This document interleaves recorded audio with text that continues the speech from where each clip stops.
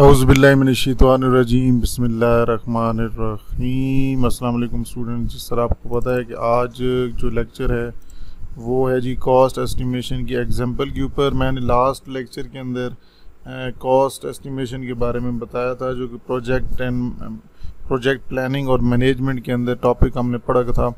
तो मैंने कहा जी आज आपके सामने बुक से एक एग्जांपल आपको समझा देते हैं, जो कि आपकी बुक में मौजूद है और बुक के अंदर पेज नंबर 14 पर है।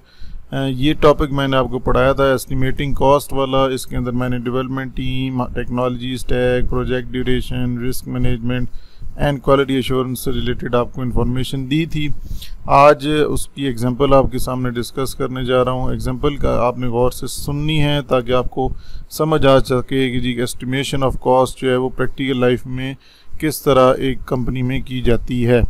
तो कह रहे हैं जी लेट्स कंसिडर, आप एक कंसिडर करें, फ़र्ज़ करें कि a scenario where a company in Pakistan wants to develop a mobile application for online shopping. एक पाकिस्तान के अंदर एक कंपनी है, उसको कहा गया है कि आपने एक सॉफ्टवेयर बना के देना है, मतलब एक एप्लीकेशन मोबाइल की बना के देनी है जिससे लोग ऑनलाइन शॉपिंग कर सकें। तो सबसे पहले हम इसका स्कोप देखते हैं। मतलब स्कोप के अंदर हम ये देखते हैं कि उसके अंदर क्या क्या काम आपने, मतलब क्या क्या एक्टिविटीज़ परफॉर्म करनी होगी। ये ऐप जो है मोबाइल की एप्लीकेशन, इसमें क्या काम किया जाएगा।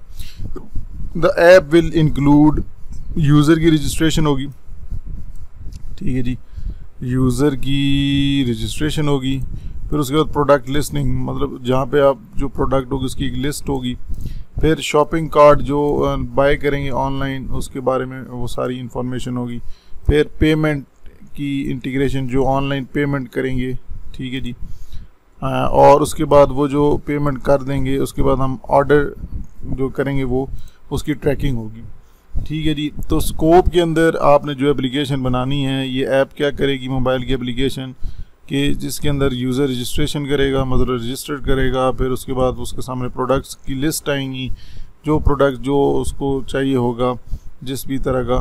फिर शॉपिंग कार्ट के अंदर वो एंट्री करेगा उस प्रोडक्ट की, अगर उसके बाद वो पेमेंट करेगा, पेमेंट के बाद उसका ऑर्डर नंबर या ऑर्डर एक आईडी, ट्रैकिंग आईडी उसको दे दी जाएगी। तो ये उस एप्लीकेशन के मेन मतलब आप कह सकते हैं फीचर्स होने चाहिए। फिर उसके बाद डेवलपमेंट टीम जो है, the project requires a team of 1 project manager.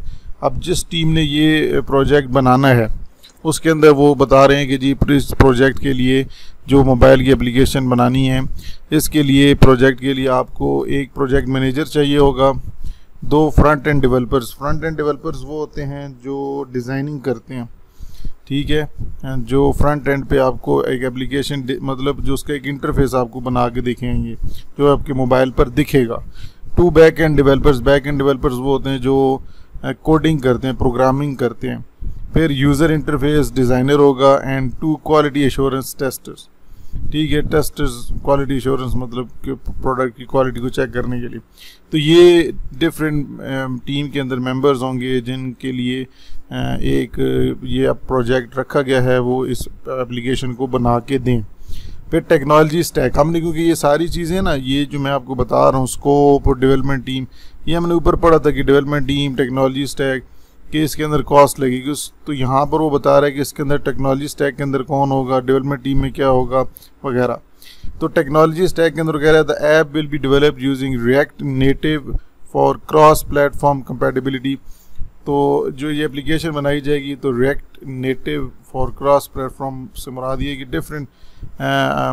Different systems के ऊपर रन कर सकेंगे। तो उसके लिए node.js जावास्क्रिप्ट तो node.javascript for the back and के लिए ये प्रोग्रामिंग लैंग्वेज के लिए node.js के ऊपर प्रोग्रामिंग की जाएगी and mongodb for the database. अब जाहिर सी बात है वो जो प्रोडक्ट्स आप लोगों को वेबसाइट पे उस एप्लीकेशन के अंदर दिखाई जाएंगी उनका रिकॉर्ड कहीं मेंटेन करना होगा। तो उसके लिए मोंगो डेटाबेस जो है जिसके अंदर डाटा स्टोर किया जाता है।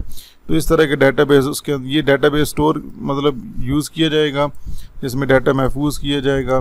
फिर बैक एंड के लिए ये प्रोग्रामिंग कोडिंग की जाएगी, ठीक है जी। और उसके लिए ये कहा गया कि डिफरेंट जो प्लेटफॉर्म है, मतलब एंड्रॉयड है, iOS है, कोई भी डिफरेंट एप्पल का ऑपरेटिंग सिस्टम है, डिफरेंट मतलब प्लेटफॉर्म्स पे वो एप्लीकेशन रन हो। प्रोजेक्ट की ड्यूरेशन क्या है, the estimated duration is 6 months, मतलब उसका जो टाइम लिमिट है वो बताएगी कि 6 महीनों के अंदर बना के दें।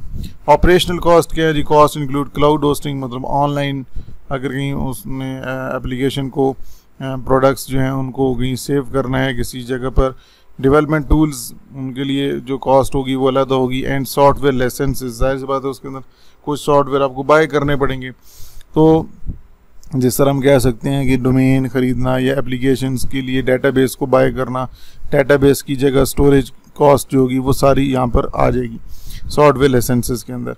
Risk management, potential risk include scope changes, ये भी हो सकता है कि आपके प्रोजेक्ट जो आप बनाने जा रहे हैं 6 महीने के लिए आपने टाइम जो आपको दिया गया उसके अंदर कोई टेक्नोलॉजी चेंज हो जाती है, कोई नई चीज़ इंट्रोड्यूस करा दी जाती है, तो उसके लिए बाद में इंटीग्रेशन के इश्यूज़ हो सकते हैं, मतलब बाद में उस चीज़ को नई चीज़ को दोबारा शामिल करना बहुत मुश्किल हो सकता है।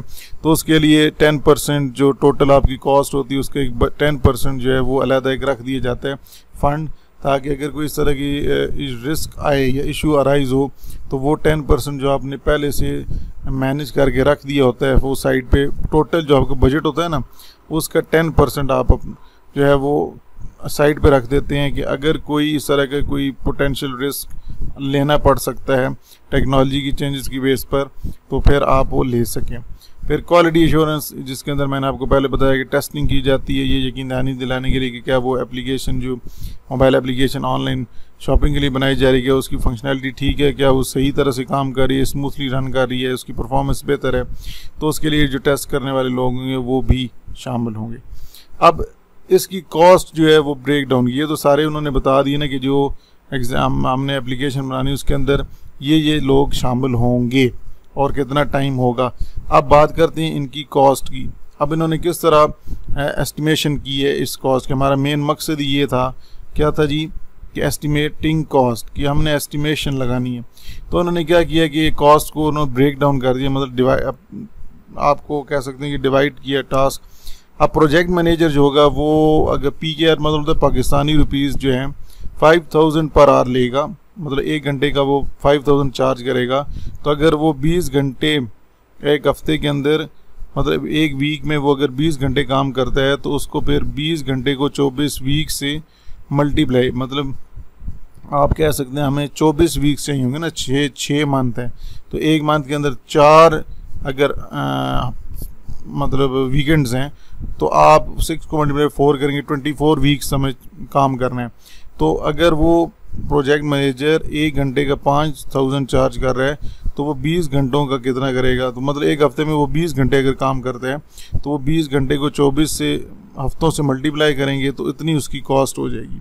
सिमिलरली से फ्रंट एंड डेवलपर्स हैं, 2 डेवलपर्स हैं, वो पाकिस्तानी रुपीज़ घंटे के लिहाज से वो 3500 रुपये चार्ज कर रहे हैं।